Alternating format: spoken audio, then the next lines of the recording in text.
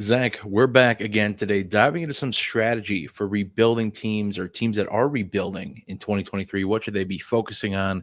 What should they be thinking about if they know, hey, man, it's probably going to be that time to build this year, or maybe something comes up and they have to kick it into that rebuilding mode at some point? Speaking of your point, why don't you get into the first point we're going to talk about? Yeah, Bob. This one is pretty basic, but I feel like it's very important. Mhm. Be the first one to the rebuild. This is serious, man, because if you're not first to the rebuild, you're last to the rebuild. And that is a very crappy place to be. Bob, there are a lot of leagues where I have 4 or 5 first round picks. If you're one of those other teams that are trying to rebuild, sorry, because I'm not moving those picks. At Right. least not this year. I'm not trying to like a lot of times teams will offer me trades for those picks, and I'm not trying to score points this year, pal. The whole point of this is to acquire draft capital, and you don't want to be the second team to be trying to do this because now you're talking about instead of in a 12 team you have 11 other teams with a first round pick. If somebody else has 4 of those, now you only got 6 owners left. 6 owners, yeah, 6 owners left to acquire draft capital from, and you want meaningful draft capital, most likely a first or second round pick. This also applies to like coveted young players as well. There's less of a pool of picks and players that are available if you're not the first team. So this applies in a lot of ways. Don't be the second team, Bob, to be selling off veteran players or win now pieces. Once those win now teams have spent the draft capital Mhm. to acquire the 1 or 2 piece that they feel they need, they are no longer an option for you. So if you're not first to the rat race, you're last in this game of dynasty fantasy football because we're not operating with 32 real life teams. We're operating with 12. And when 2 or 3 of them don't have a first round pick, it is incrementally harder for you to make the moves that you need to make to be successful as a rebuilding team. Love this point. Absolutely need to be when you kind of have that feeling or that intuition that, man, this season just isn't going how I planned it, or you just kind of knew going into the year. You had guys like, let's say, Michael Thomas, let's say you had Stefan Diggs, or just some guys that were maybe tough to kind of sell this offseason, and you had to wait on the season going. You need to be one of the first people once they start showing up in stat columns again and reminding people that they're good players, if they do, in the case of Michael Thomas or Clyde Edwards-Helaire, for example, too. I know he's still kicking around on plenty of rosters. The point you touched on that I love is the concept of not only once a move is made to acquire one of these aging vets, they're less likely to go out and they just don't need to fill the gap anymore. It's not as desperate of a need. They feel a lot better about the position making the move.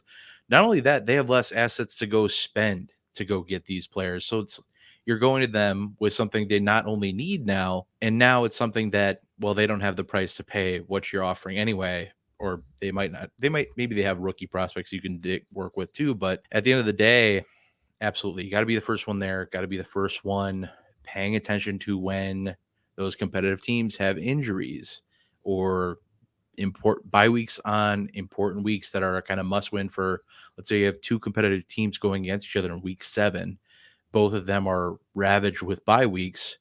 Who can you give an edge to give yourself a leg up in next year's draft? Those, it's kind of moves like that or strategies like that that can just help you move off of players quicker and expedite the rebuild, because otherwise, if you don't end up moving these players, the repercussions of not being able to move these players, their asset dwindles every day that they're on your roster after they're no longer needed. And especially once the season ends and now rookie draft capital is more inflated in value compared to players. And after every season, anybody who's quote unquote old, the second the season is over, they're dead. I mean, everybody assumes the absolute worst and that they're not going to be anything worthwhile anymore. So, Zach, love this point. This is a great one to get off to, or start off with, I should say. Another thing I think you should always be doing in a rebuild is you should be constantly establishing where you're at in your rebuild.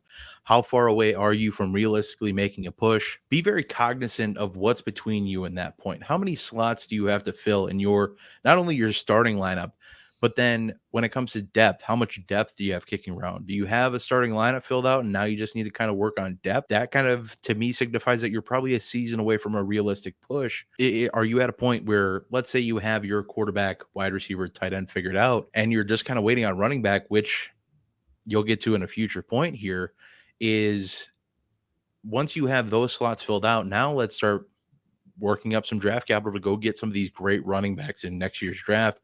We want to draft running backs at the cheapest they're ever going to be, more than likely, especially these really good ones, these high-end ones we got coming out next year. Do we need more core players to build around? Do we need guys that we are set in stone? Like, these are our guys. These are guys we want to have for the long term. These are young, high-end producers, similar to somebody like a Garrett Wilson, just for an example, a guy who is a core player. Everything that Garrett Wilson is what you want in a core player, basically. Being able to determine where you're at in your rebuild determines and should dictate the type of moves you're willing to make in your rebuild. If you're still a ways off, you shouldn't even be thinking about the running back position. And I don't want to spoil that too much, but if you're way off, don't be chasing players that aren't going to outlast this rebuild. That's the big focus too, is if players are not going to outlast your rebuild, I'm sorry, they should be off your board. There's a game to be played. I know there's going to be comments out there. There's going to be people wanting to get in the comments and almost hit comment on this point. There's definitely a point to be made that, well, if you can buy a guy real cheap and then maybe see if the value ascends later, No. you can play that game. That's not a game I like to play unless I'm getting a guy, dirt cheap or maybe as a throw-in in a trade, but I'm not going to go buy a guy straight up. And Michael Thomas is a great example of that, a guy who I think you probably could have sent a third-round pick for at some point this offseason and maybe get a second-round pick back, unless he blows up, maybe you get a late first and you throw a second back, something to that effect. Just be mindful. How far are you away realistically? What I like to do and what I've been doing with one of my rebuilds in particular this offseason is I've started kind of filling in what I'm deeming as my long-term starting roster. What do I need to fill in from now till when I'm actually feeling good about competing? And that's kind of helping me map out how long it's going to take, how many first round picks do I need next year, how can I start looking for other players to fill in the rest of the gaps. Zach, feel free to dive in on your thoughts or move on to your next point. What do you got? I like that. Like a roster of future players. I've never done it that way. You know, we kind of all have that idea in our mind, but I've never thought of like starting roster of future players. That's a great idea. I love this. I love this, man. It is so, you don't just want to be kind of navigating in the dark. And we talked about this in our contending video. Your last commandment there of like, this is Dynasty, go in. Well, when we're rebuilding, we got to know the plan. Hey, the plan is to go in 2024. Right now, we're buying draft capital. I have 5 first round picks. I never, ever intend on spending all my first round picks on actual rookies. It's a terrible plan, by the way. And we talked about that in our contending videos. I love this plan. You have to know where you are and how soon is it okay to go in. If you go in too early, you're going to be in this process again in 2 years. You're going to be the Miami Dolphins for the last 2 decades. All right. You got to realize when it's time to go full rebuild or when it's time to go in. I love this point, Bob. I love it. This one, again, I did talk about this in championship moves to make. I'm just a waiver wire guy. I like the waiver wire. All right. And I don't feel like it should favor one or the other contending or rebuilding teams. If you're a rebuilding team, Bob, that doesn't mean that you should be neglecting veterans and rookies that are available on the waiver wire because you're not competing this year. A great example of this right now in terms of like the rookies that you could have picked up in training camp on the waiver wire that you may not have. If your thought process was, I'm a rebuilding team, I'm just going to fold it and we'll pay attention to things in 2024. That is not the way to do that. You miss out on potential opportunities. Demario Douglas right now is a very hot name amongst the New England Patriots. He's a 6th round wide receiver. He made the team. He didn't even play in the last preseason game. He played 2 snaps in the second preseason game, 2 catches in those 2 snaps, and they took him out of the game. They're saying that he could potentially be the Patriots wide receiver 3 by the end of the season. That's a name that you can't get now in deeper leagues. You can't get Demario Douglas now, but there's a lot of leagues. If you're in leagues with me, he's stashed on a lot of my rosters. Why? Because I was paying attention to the waiver wire, regardless of my situation, contending, rebuilding. I can take advantage. Demario Douglas is a player I can put on my future roster, Bob. May not be a starter, maybe a flex, maybe a depth wide receiver, but we need those too. So don't neglect the waiver wire just because you're not competing. Playing keep away from other owners who need a veteran piece. It's an easy way, Bob, to move up around in draft capital or just acquire late draft Mhm. capital where you could get a fourth round pick for a player, or you could ask for a third round pick for said player and a fourth round pick. There are ways to manipulate this in your advantage, but if you're not paying attention to the waiver wire because you're just not in a competing mode, you're doing it wrong. We are trying to get every advantage we can as a rebuilding team to make sure that, as Bob pointed out before, we know when it's time to go in. Well, we have to build to that point, and part of that is this collective paradigm that we're talking about here, where we're not just saying, "Okay, I'm not going to compete this year. I'll see you guys later." You got to be present in your league, and that really applies to your waiver wire, Bob. This goes back to a point I've discussed on this channel a few times, and we've had discussions about as well, about something I like to call value scouting or value farming, however you want to look at it, which is just basically the concept of creating value, or this is one way to create value, I should say, is by just finding players out on the waiver wire who people want or are going to want, and then flipping them for some sort of profit, something better than the original asset you use to either draft them. Let's say you're spending late round picks to draft somebody with some upside or has a reasonable shot to produce, so you can trade them for a better asset than what you drafted them with originally, and then kind of just rinse and repeat that process if you can. But ultimately, same thing with anybody on the waiver wire. Anybody who is just a prime example for me this last year. I am in a hardcore rebuild in another league than the one I just discussed. Hardcore rebuild. I tore this thing down to the studs. I was super competitive for a couple years, fell off the wagon, and just said, you know what, enough's enough. I'm going to redo this thing right.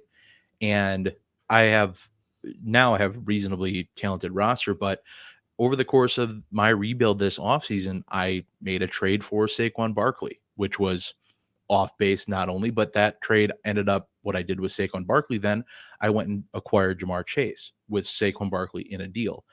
And then another thing, you wouldn't think to do that as a rebuilding team usually. And I was kind of worried that I was going to end up stuck with the guy, but eventually I was able to, not strong arm a deal, but put up an offer that was a very good offer. And another thing I did on that same team was earlier in the offseason, Jerick McKinnon was cut.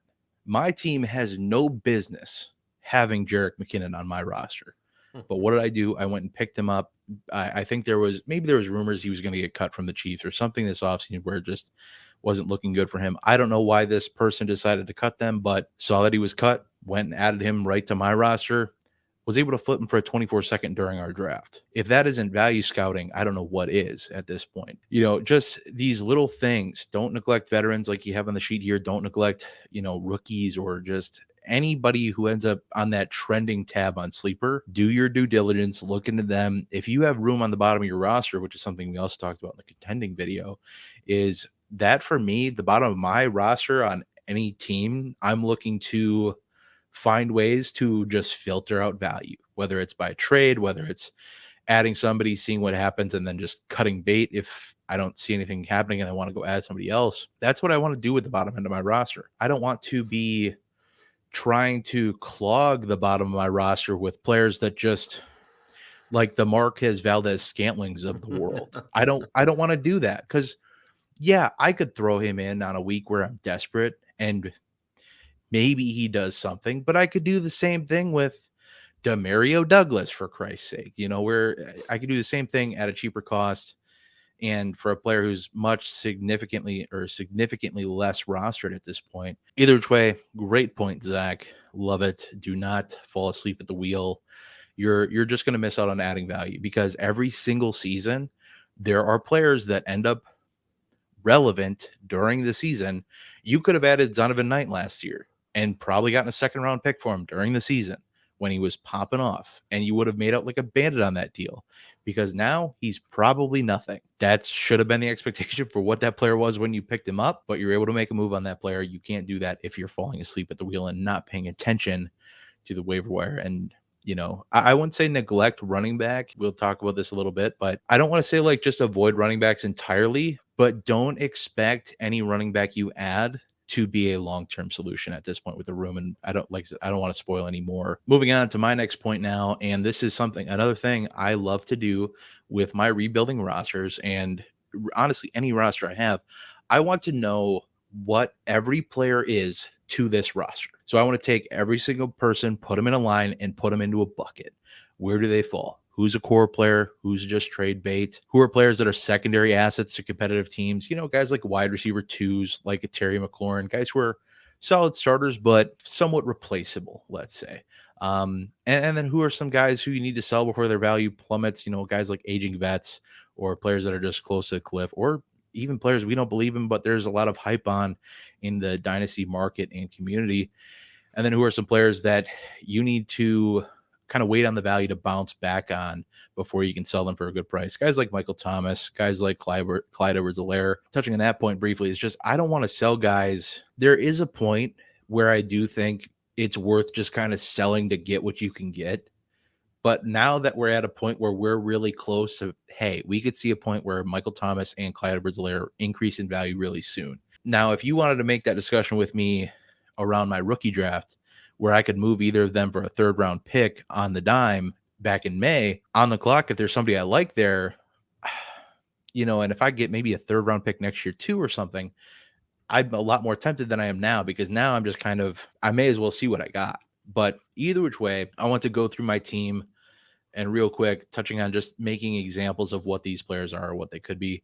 For core players, these are guys I'm holding unless I'm blown away with an above fair market value offer.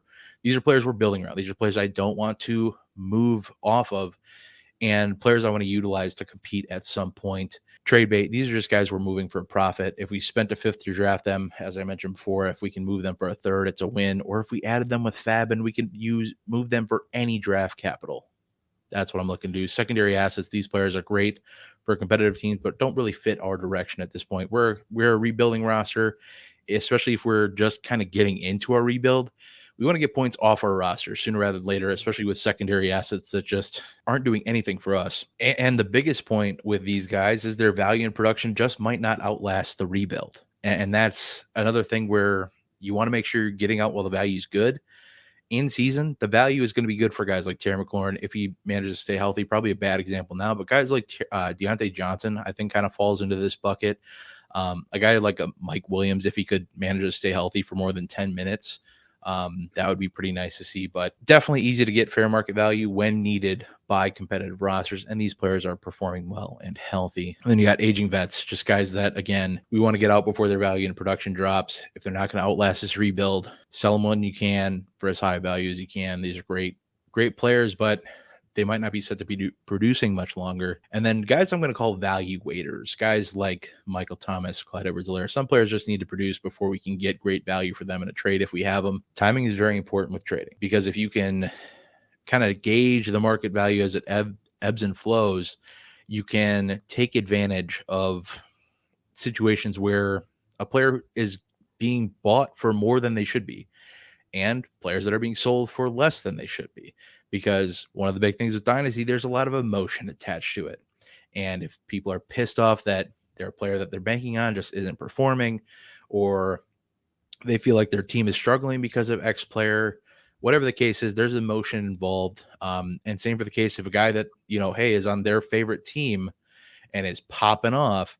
I bet Christian Watson was bought at pretty outlandish prices last year during his run by some Packer fans. Not to throw my fellow fans under the bus, but I'm sure there were cases where he was bought for much more than he should have been. For a while, it did seem like he was the second coming of Christ. But either which way, in just the smallest nutshell of this long rambling point, establish what players are to your team, know what they are, and have the course of action you're ultimately trying to take with each player. Have some sort of roadmap, have some sort of idea of what to do with these guys, as opposed to just, like you said before, kind of going in blind. You're just trying to navigate in the dark what you're doing. Zach, I'd love to hear your thoughts on this concept, or feel free to move on to your point that I've foreshadowed a ton in this video already, far too much. But go ahead and dive on in. This point that you make about determining what each player is on your roster, I mean, this has to be done at the beginning of the process. Sure. Because, and this ties into a lot of the points that we've talked about, like knowing where you are, so on and so forth. Like, you have to, this is the wholesome process, and this is the really kind of like the one that brings it all together, because You want to be first to the rebuild. How do you do that? You determine what each player is worth on your roster. Where do they fit? Are they a core player? Are they somebody that you can move? And then you tie it all in with knowing where you are in this process, because like you said, you don't want to hold on to a piece that's going to, or you want to hold on to a piece that's going to outlast your rebuild, because if not, if you're holding on to value and if that player is losing value, like a good player right now would be like Mike Evans. If your rebuild is like, you shouldn't be holding on to Mike Evans in a rebuild, right? Like that just doesn't make sense. Very very fantastic point. And what we're trying to do with this video is just make you think a little bit more. It's not just like, there's more nuance to a rebuild. It's not, I'm rebuilding, I'm tanking, that's it, bye. That's not how this works. You're not gonna do it right. You're not gonna do it well. You're just gonna be perpetually rebuilding because you're not doing it right. You're not taking these steps. And that's all that this video is. So for me, Bob, my last point, and this is new for me, and I've put this on the record. This is not a secret anymore. I've changed the way I approach the running back position in Dynasty Fantasy Football, all because of the last NFL draft that you and I watched together. The running back position is so volatile right now, not only in the NFL, but more so in fantasy football, to the point where I'm not making investments in running backs that don't have investments. And what do I mean by that?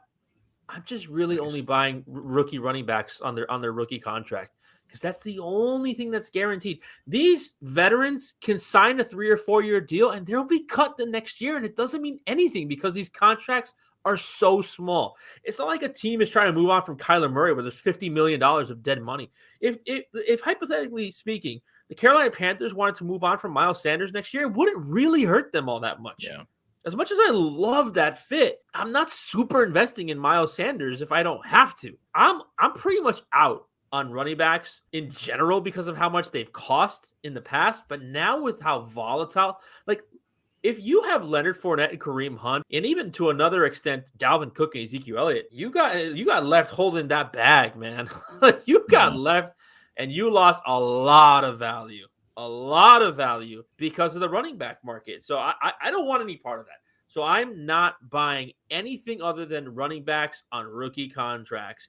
And Bob, you got to do that last. If you're a rebuilding team. You like you just said, I only want to hold on to players who are going to outlast my rebuild.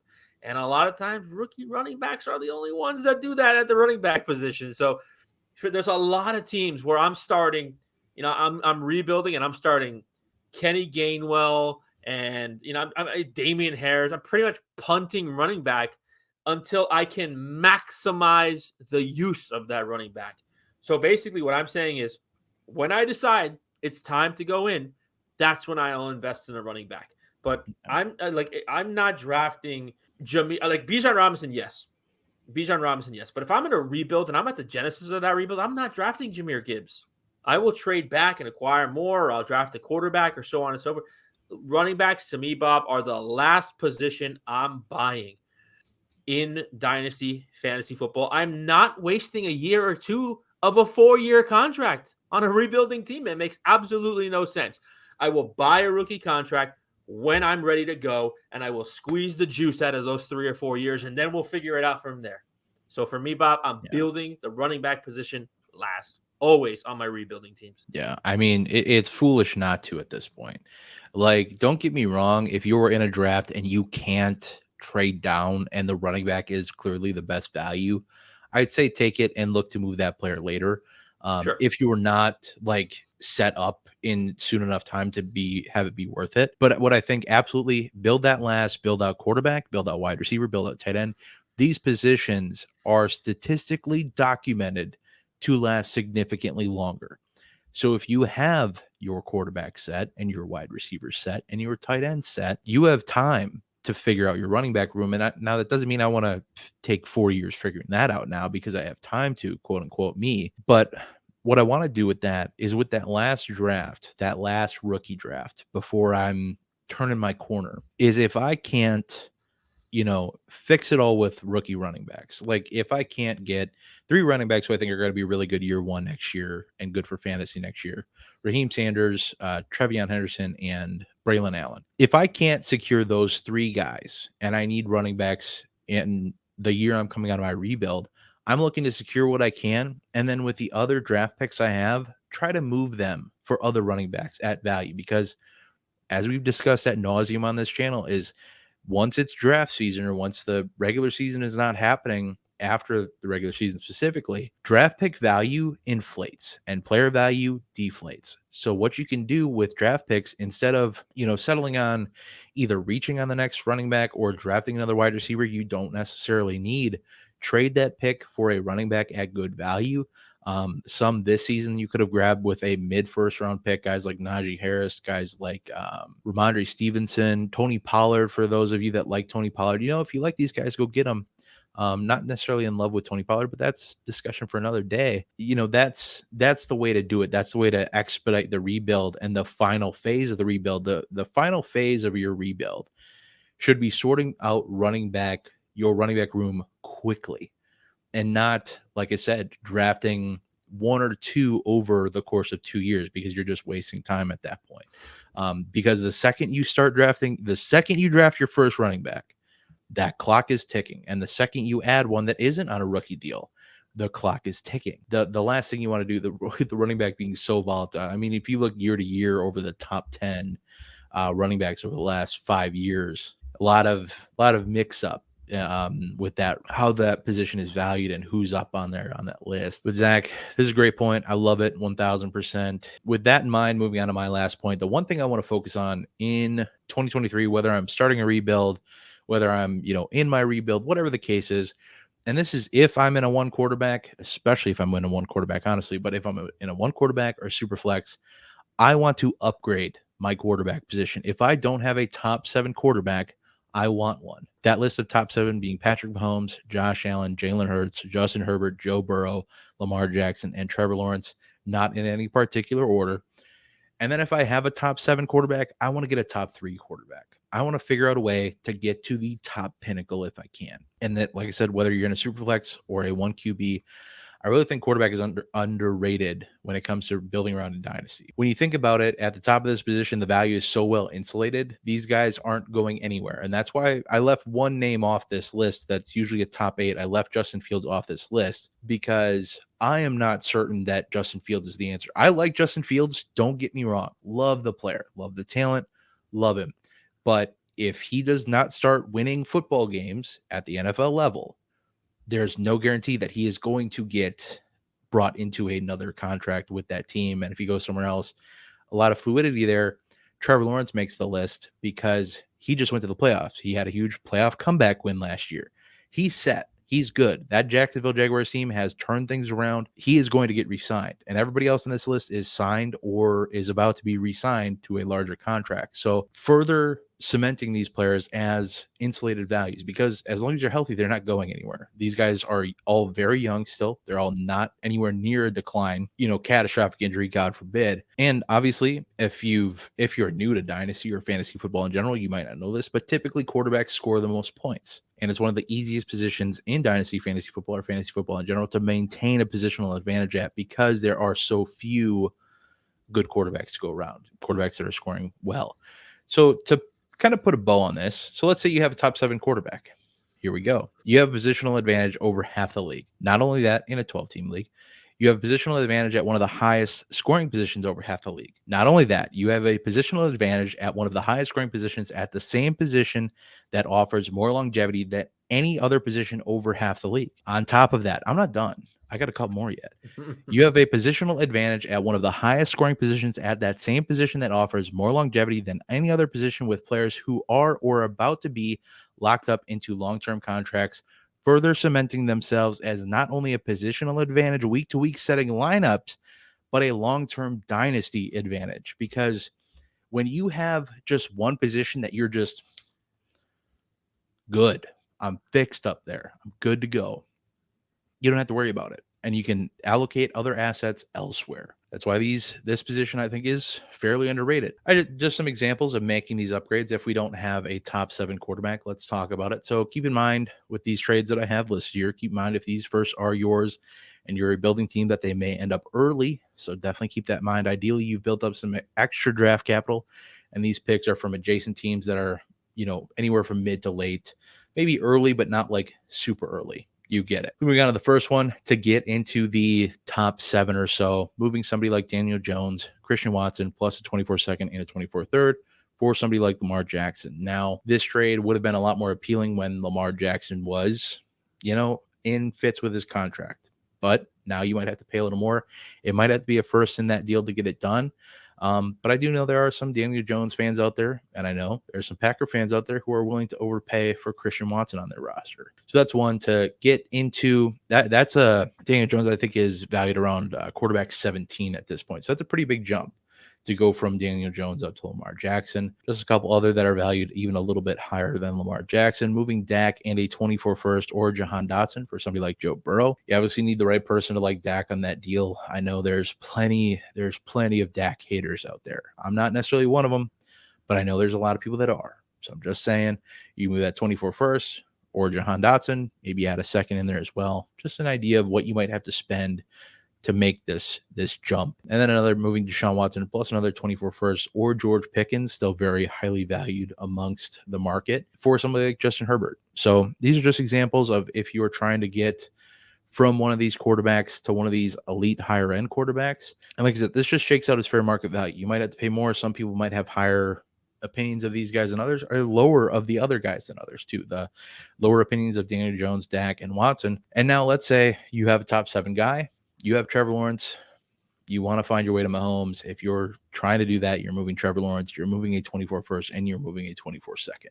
And these are all kind of to get conversations started. I'm not thinking that all of these are done deals. You might have to interchange some pieces, put in some, maybe a better wide receiver, another pick here or there. These are just some examples of what you're going to have to pay. And I just think that if you can actually get one of these guys in your roster that is just solidified for the next 5-7 years, pretty realistically, I think at this point, I think you're foolish not to. If you're rebuilding and you're trying to win your league at some point, I think it's foolish not to go and look to upgrade your quarterback. But Zach, what do you got here talking about the quarterback position to wrap things up? I have a perfect metaphor for this. Ooh. You know me, Bob. I go on some pretty extreme trips, right? Buying a quarterback in Superflex leagues is like going on one of these extreme trips. It's going to be expensive, man. But you're not going to remember the price you paid in 3 or 4 years from now. You're going to remember all the great memories that you had with that quarterback, man. All the wins that you had with Patrick Mahomes and Joe Burrow and Herbert. All the weeks that you scored 10 more points at the quarterback position because you spent up a little bit more on that quarterback. This is a fantastic point. It's very hard in one quarterback leagues to buy one of these quarterbacks right now. Things have changed so much in the last year. If you were saying this a year ago, it was a lot easier to buy one of these quarterbacks. Now it's like pulling teeth. But in Superflex leagues, it's just, there's one. I have one league, Bob, where I have this money ball approach to the league because I traded for Josh Allen. Yeah, you told me about this. And I traded for Joe Burrow. And I'm like, I got 1,000 points at my quarterback. I got 900 points at the quarterback spot. I looked at the playoff teams. I said the last place playoff team made the playoffs with 1,800 points that year. How do I get 900 more points on this roster? I'll do that any day because I'm at an advantage at 2 positions any week. Again, spend up, treat yourself a little bit. If it's time to go in and start winning, you gotta start with the quarterback position. More specifically, in the Superflex leagues, it's really hard to do that in the one quarterback league. And trust me, it'll hurt a little bit. In the interim to spend what you spent, but you won't remember it a year from now. You won't remember how much you spent because you're going to remember all the dubs you got because you bought one of these quarterbacks, Bob. Love this point. Totally agree. Yeah, and I think too, just to your point of spending up, and this is a move that you're ideally making after you've already accrued some extra draft capital in your rebuild. So maybe it's not like the first move you're making, but you've already built up some additional draft capital. So you're not just sinking every bit of draft capital you have, because in a rebuild, before anything else, I really want to make sure we're securing draft capital. If you're in a rebuild without any draft capital, I mean, you're effed. Like, there's just no hope, in my opinion. And because then you're just a stone's throw away from just having no value on your roster. Because as we've discussed a lot in the past too, draft picks will never decrease in value. Players' value can fall off a cliff very quickly. So if you have a team that is just full of questions, ifs, and maybes, and you spent all this draft capital to go get whatever you did. If you don't have draft capital with, whatever happened there, I don't know, but got to keep draft capital around. Hopefully, like I said, you're making these moves with some pieces to work with already, and you're kind of solidifying these guys as your centerpiece for going forward, your core player going forward, as we use on this channel. You're picking these guys out as being your core player going forward that you are going to put into your starting lineup for the long term paper starting lineup, as we referred to earlier in the video. I just think building up quarterback is an investment, like you just said, you're not going to regret making. And I think it's a beautiful metaphor. I think maybe you had people going kind of in the first half when you said, oh, I take a lot of trips. You might not have been thinking about the vacation kind. But with that all said, we are going to take a trip on out of here. I do hope you all enjoyed the video. Please leave a like if you did. Comment down below your thoughts on the video. What are you doing to rebuild in 2023? What kind of trades are you making? What questions do you have about rebuilding? And hey, if you need help with your rebuild, check the pinned comment below for how to get a roster review by me and Zach ourselves, or anybody else on the team. Feel free to reach out to any of them via that roster review via payhip.com/Dynasty Rewind, or you can just take the easy route, quote unquote, and go to patreon.com/Dynasty Rewind. That link will be in the description as well. But Zach, this was a blast. We will catch you in the next one. But until then, I hope that y'all have a good one.